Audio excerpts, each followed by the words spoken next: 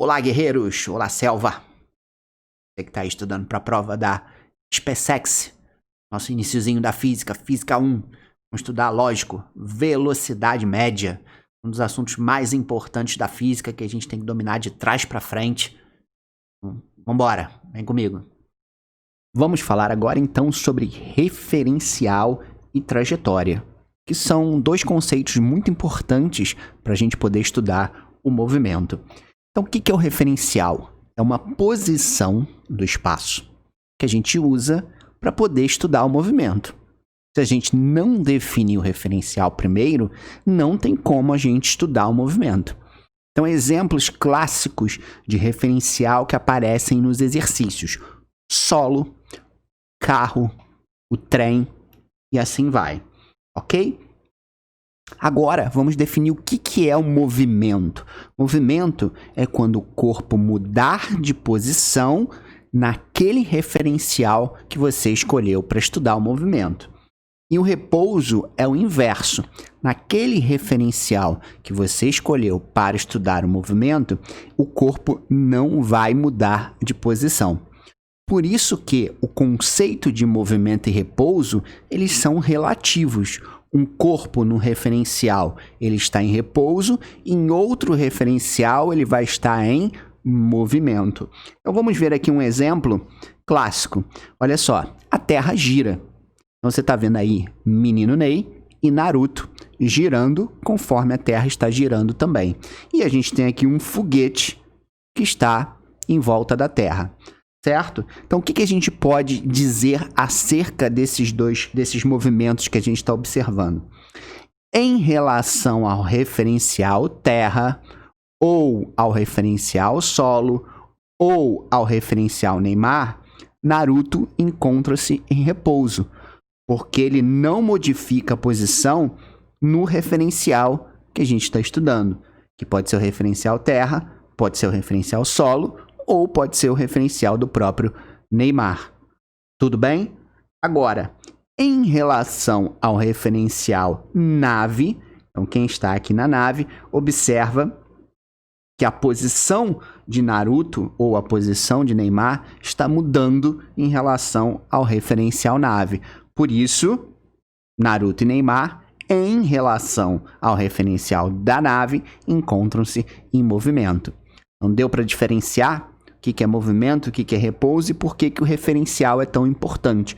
Porque não existe repouso absoluto, nem existe movimento absoluto. Quando você fala que um corpo está em repouso, você precisa definir em que referencial que você está afirmando isso. Porque em outro referencial, este mesmo corpo que você afirma que está em repouso, ele está em movimento. Tudo bem?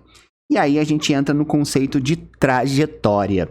Trajetória vai ser uma linha que vai ligar as posições alcançadas pelo corpo durante o movimento. Aqui na física e na maioria dos problemas que a gente vai estudar, a gente vai estudar duas trajetórias básicas, que seria a trajetória retilínea e a trajetória parabólica. Agora, claro, né, a trajetória ela depende do referencial. Por isso que se a gente não define um referencial, a gente não consegue estudar o movimento de jeito nenhum. Então vamos ver um exemplo clássico. Vamos supor aqui que eu tenho um avião. Esse avião está se deslocando horizontalmente com velocidade constante. E ele vai e solta uma caixa. Por exemplo, uma caixa com alimentos ou remédios. Então essa caixa começa a descer. O avião continua se deslocando com velocidade constante e a caixa, que tem a mesma velocidade horizontal do avião, ela vai continuar andando para o lado, porém a gravidade vai puxá-la para baixo. Então agora ela se encontra nessa posição. O avião continua se movimentando com velocidade constante e a caixa, que mantém também a mesma velocidade lateral igual a do avião, vai continuar andando para o lado, porém, vai descer por causa da nossa querida gravidade. Então, o que eu tenho aqui? O que eu posso observar? Primeiro, para um observador que está no solo, a trajetória dessa caixa é uma trajetória parabólica. Então, no referencial solo, a trajetória é uma parábola. Agora, se você está dentro do avião, ou se você é o piloto do avião, você vai observar que essa caixa está sempre abaixo de você. Então você vai observar uma trajetória retilínea. Deu para perceber a diferença? Então a trajetória, ela vai ligar os pontos dessas posições alcançadas pelo corpo durante o movimento. Porém, essa trajetória, ela vai depender do referencial que a gente considera na hora de estudar o movimento. E isso é muito importante na hora de você resolver os exercícios. Vamos falar agora sobre deslocamento e distância percorrida, que são os conceitos iniciais de quando a gente está estudando o movimento. Então aqui eu estou representando uma linha, a gente pega emprestado lá da matemática, né? Essa linha, por exemplo, aqui está na horizontal, a gente tem um zero, e geralmente a gente usa para a esquerda do zero negativo e para a direita do zero positivo. Nada impede que seja o contrário, mas na maioria das vezes, você já está acostumado, você encontra dessa forma. E aí, a gente define o zero como a origem. Essa origem não significa que o corpo ele vai começar o movimento nessa posição. Tá? Ele pode começar em outra posição, como no exemplo que a gente vai ver. Mas o zero dessa linha que a gente está definindo para estudar o movimento, a gente chama de origem. Então, posição. Posição, geralmente, a gente representa pela letra S. Então, vai ser o lugar do espaço onde o corpo vai se encontrar. Ok? Então, vamos ver esse exemplo. O corpo saiu dessa posição, veio até aqui, depois veio parar aqui. Ok? Então, a gente representa o S0 como a posição inicial e o S como a posição final. Então, neste caso, a posição inicial vai ser de menos 1 metro, ok? Vamos considerar que isso aqui está em metros. E a posição final, o S, vai ser igual a 3 metros. Agora, você vê que o movimento que este corpo realizou foi um movimento mais complicado, né? Não foi simplesmente andar nessa linha horizontal. Primeiro, ele se deslocou 5 metros andando na diagonal para cima. Isso aqui está fora de escala, tá? E depois ele andou 3 metros se deslocando aqui na diagonal para baixo. Tudo bem? Então, o que vai definir esse conceito de distância percorrida? A distância percorrida vai ser o somatório da distância que o corpo andou em cada trecho. Ora, qual vai ser a distância percorrida nesse caso? Se eu andei 5 daqui para cá e eu andei 3 daqui para cá, a minha distância percorrida vai ser 5 mais 3 igual a 8 metros. Então, no total, esse corpo se deslocou de 8 metros, foi a distância que ele percorreu. Agora, cuidado, porque deslocamento vai ser diferente na física. O deslocamento ele vai envolver a posição inicial e a posição final. Então, o deslocamento que a gente representa por ΔS vai ser a posição final menos a posição inicial. Ok? E aí, utilizando o exemplo, posição final foi 3 metros, menos a posição inicial, que é menos 1.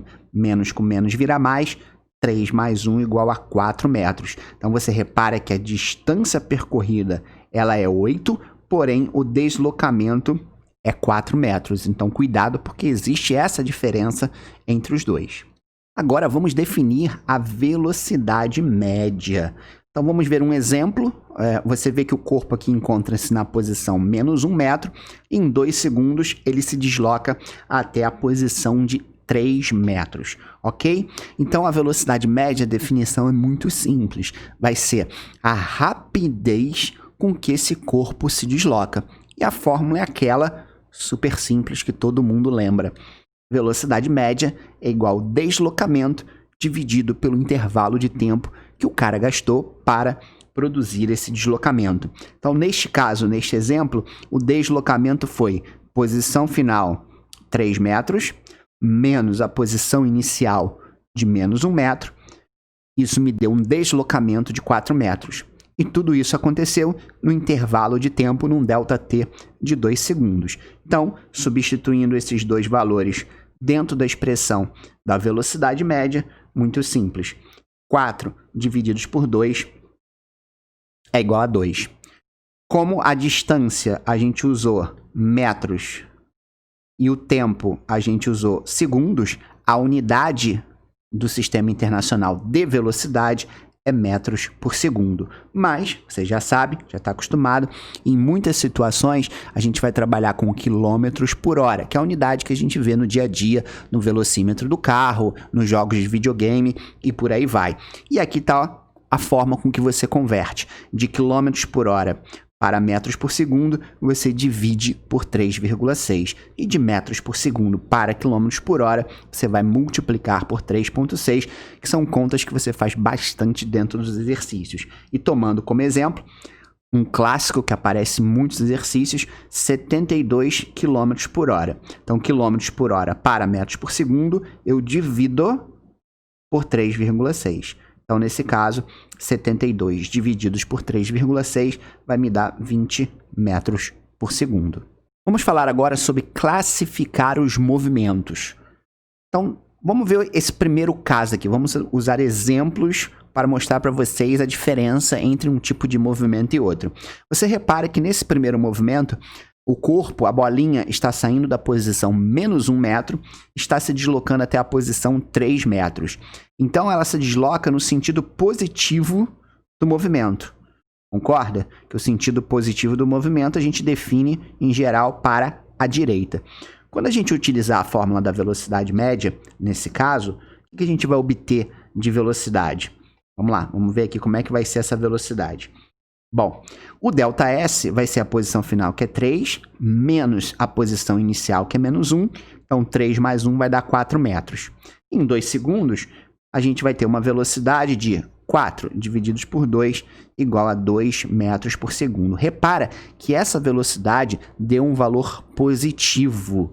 Então, toda vez que a velocidade ela der um valor positivo, o movimento é dito progressivo. Tá? Ah, mas pode ter velocidade negativa? Pode. No dia a dia a gente não tem.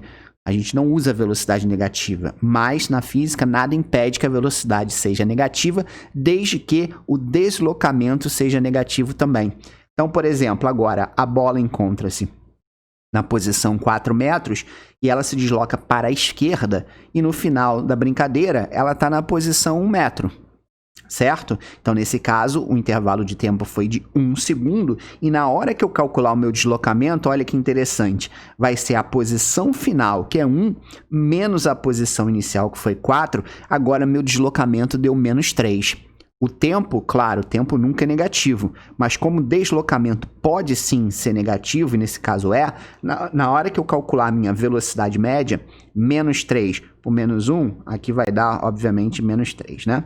Então, menos 3 divididos por 1 vai dar menos 3 metros por segundo. Então, toda vez que no meu movimento a minha velocidade ela for negativa, significa que meu movimento ele é retrógrado.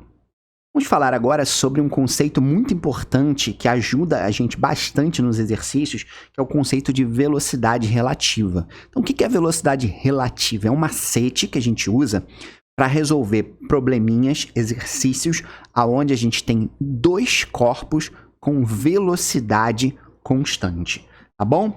E aí o problema de dois corpos, que é um problema mais complexo, porque você tem que trabalhar com duas equações diferentes e manipular matematicamente essas duas equações, se transforma num problema de um corpo só, que com uma equaçãozinha só, você já consegue matar o problema. Então ele é bastante útil esse macete, ok?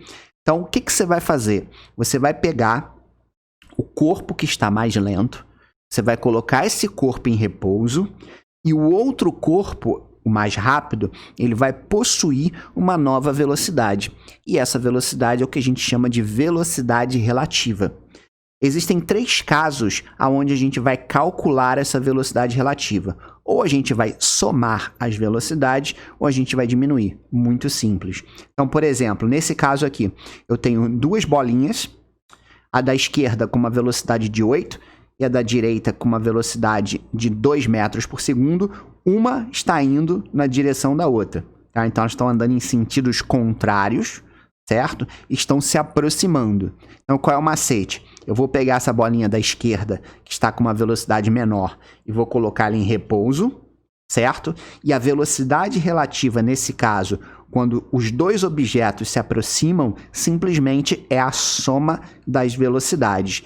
Então, no meu novo problema, essa bola que tinha uma velocidade de 8 passa a ter uma velocidade de 8 mais 2 igual a 10 metros por segundo. Então, essa fica parada e essa da esquerda fica com uma velocidade de 10 metros por segundo. E aí basta usar V igual a ΔS ΔT para essa situação que você vai conseguir resolver o problema com muita facilidade.